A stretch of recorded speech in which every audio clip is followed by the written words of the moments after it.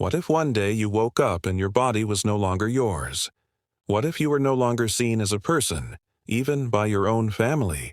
Franz Kafka's The Metamorphosis is one of the most famous short stories in German literature.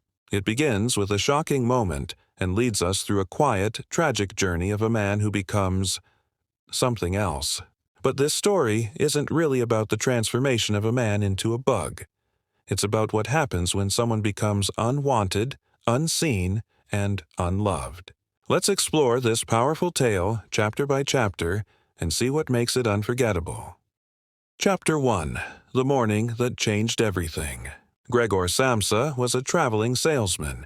He worked hard to support his parents and younger sister.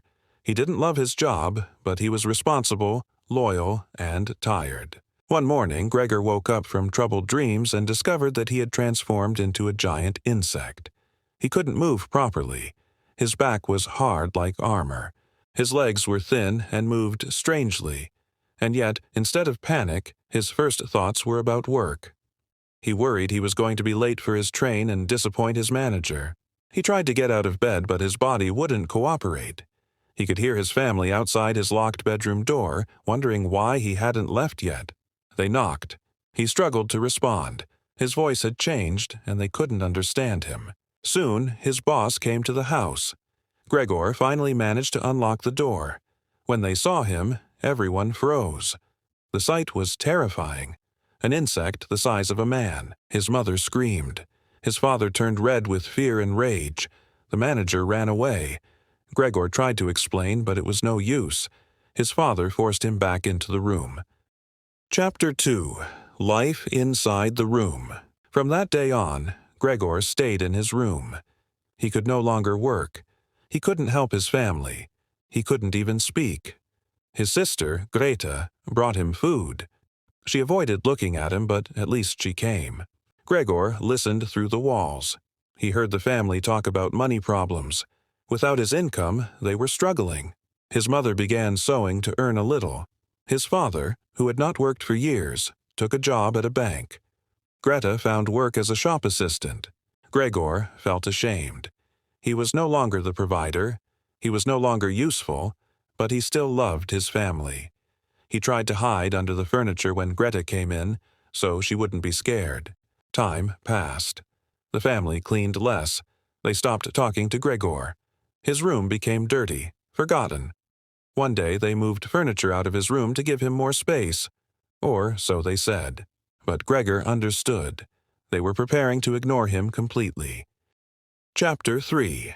The Violin and the Decision. Greta had always loved music. She played the violin beautifully. One evening, guests came to rent a room in their apartment. To entertain them, Greta played her violin in the living room. Gregor, hearing the music, was deeply moved.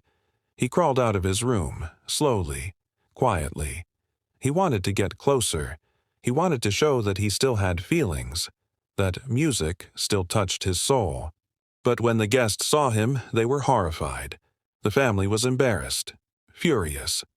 Greta, now older and colder, stood up and said what no one else would say. "We have to get rid of it." She didn't call him Gregor, not my brother, just it. That night, Gregor returned to his room, completely broken.